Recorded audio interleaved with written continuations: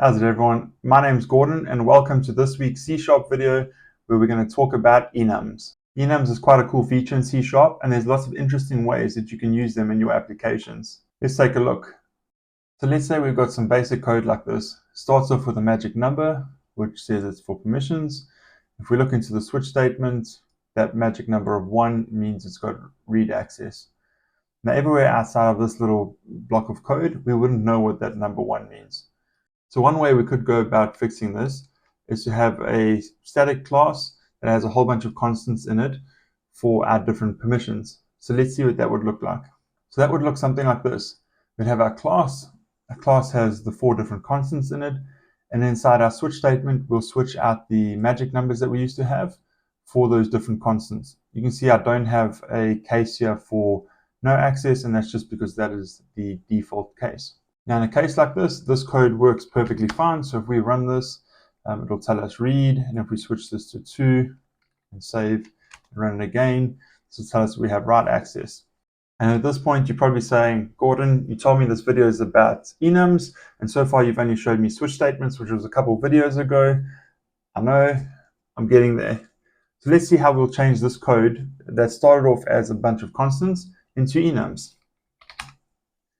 So to do that, it's quite simple. All we're going to do is replace this with enum.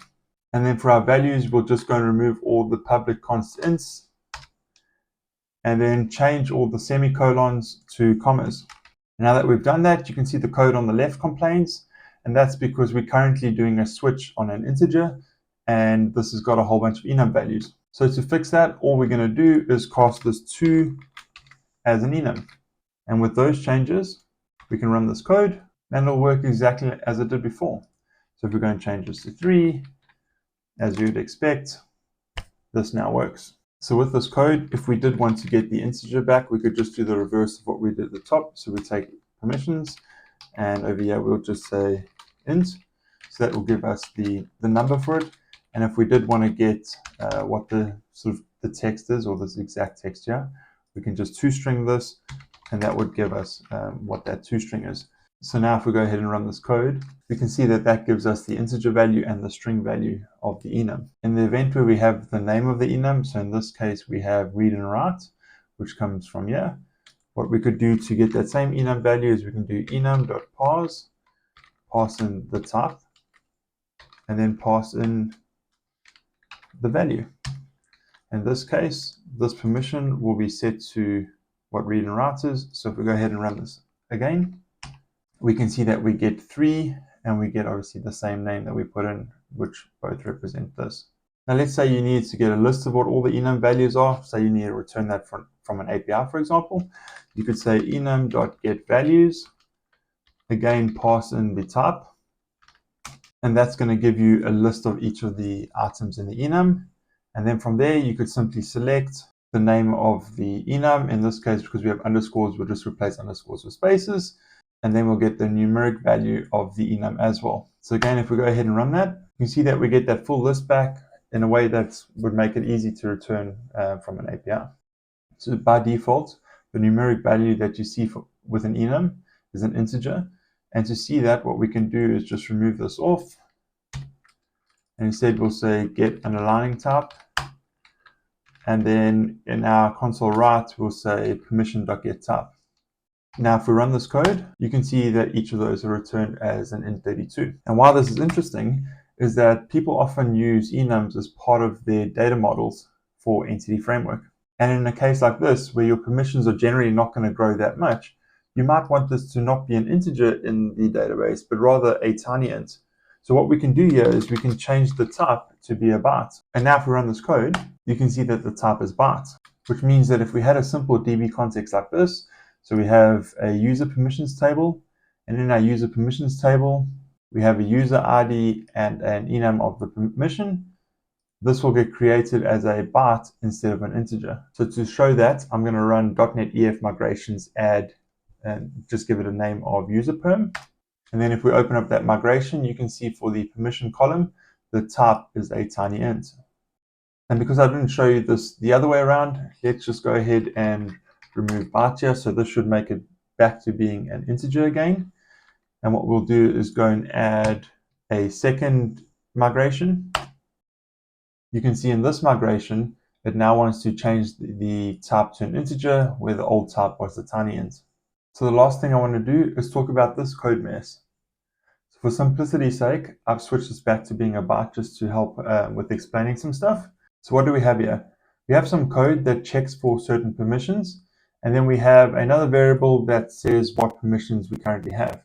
Now I'm not even sure if this code works in all scenarios, but it looks like a mess just with these couple of values. So the way it works is, like in this basic case, we check for read. We currently have read write.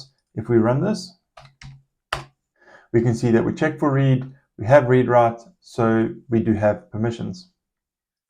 If we change that the other way around, so we have the permissions of read and we're checking for read write, that will say that we don't have permissions because we want read write, but we only have read. Now you could also argue that if we have the write permission, then if we're asking for read write permission, we do actually have read permission, because generally you wouldn't be able to write without reading. Although depending on the system design, that might not always be the case. So the way we simplify this is it starts off by adding the flag attribute.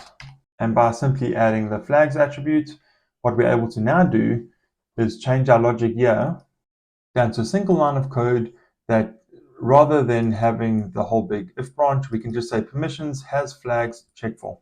And if we run this, we can see that in this case, if we check for read write and we only have write, the answer is false. And again, depending on your system design, this may be right or wrong. So the way we can fix this is we can simply go here and say that this person has read and write instead of just write. So if we go ahead and run this code, you can see what's interesting in this output is that it now says that we have read and write. Although we never set this to read and write, we set it to read and write separately. So when you specify flags and you use bitwise operators to join two options, it's setting the different bits, which in this case end up making the same value as what read and write is. So let's step back a bit to try and understand how this works. So a byte has 8 bits. The first bit has a value of 1. The next one has a value of 2, then a value of 4, 8, and so on, all the way through to 128. Collectively, this all adds up to 256. And we use those bit values to calculate the value for our enum. So in the case of 0, all the bits are switched off, and that's how we have the value of 0. Now for read access, if we start from the left-hand side, the first bit that is equal or lower to our value is 1. So we'll switch that 1 on, which leaves us with 0. So the byte value for our read looks like this. Next, if we look at write, and again we start from the left-hand side, the first value that is equal to or lower than our value is 2. So we'll flag that bit on, and then we're left with 0, so the rest becomes 0. And so our write byte looks like this. Next, if we look at the read and write enum value, again starting left to right, we land up at 2 being the next value. So we'll switch that bit on, which leaves us with 1. We'll switch the 1 bit on, and that leaves us with 0. Now if we look at that byte, you can see that both 2 and 1 overlap with the read and write bytes, or the bits in those bytes overlap. And that's why if we have the read and write permission, and we put those two together, the code shows us that we have the read and write permission. So let's say we wanted to add a full manage permission. Well, based on the current pattern, we might want to make that a 4. So let's see what that looks like. We have zeros all the way up to 8. The first one that is equal to or lower than our value is the 4. So we'll switch that bit on, which leaves us with 0. And then we make the rest of those bits 0. So based off what I've just said for read and write, you can see that those bits don't overlap with the previous values.